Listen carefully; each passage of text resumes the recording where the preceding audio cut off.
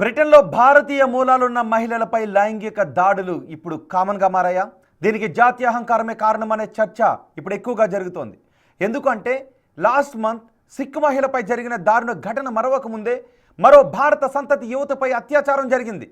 West మిడ్లాండ్లోని వాల్జర్ ప్రాంతంలో ఈ రెండో ఘటన చోటు చేసుకుంది. నిజానికి ఈ ఇన్సిడెంట్ ఆలస్యంగా వెలుగులోకి వచ్చింది. పోలీసులు ఆ చుట్టుపక్కల ఉన్న సీసీ ఫుటేజ్ను పరిశీలించారు. అందులో ఓ 30 ఏళ్ల వయసున్న యూకే సిటిజన్ ఈ దారుణానికి పాల్పడినట్టుగా గుర్తించారు. దీనికి సంబంధించిన అంశం ఇప్పుడు పెద్ద ఎత్తున చర్చనీయాంశంగా మారింది. ఆ వీడియోను కూడా దీనికి సంబంధించిన వీడియోను కూడా రిలీజ్ చేశారు పోలీసులు. ఇప్పటికీ అతను గుర్తించి అతని గురించి గాలింపు చర్యలు కూడా చేపట్టారు.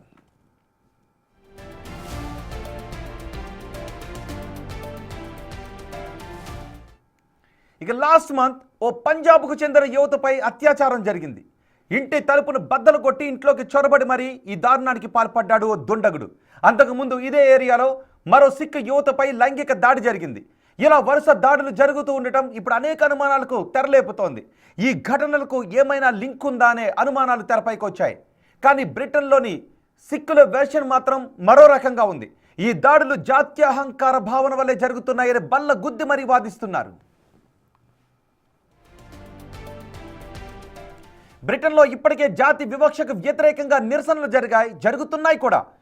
వలసదారులకు వ్యతిరేకంగా నిరసనలు పెరుగుతూ ఉండటంతో దానికి వ్యతిరేకంగా నిరసనలు చేపట్టారు.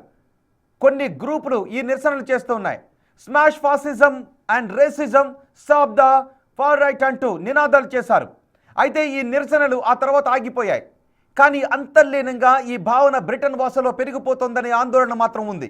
ఇప్పుడు కొన్ని గ్రూపులు ఇలాంటి దారుణాలకు కావాలి అని పాల్పడుతున్నాయనే చర్చ కూడా జరుగుతోంది.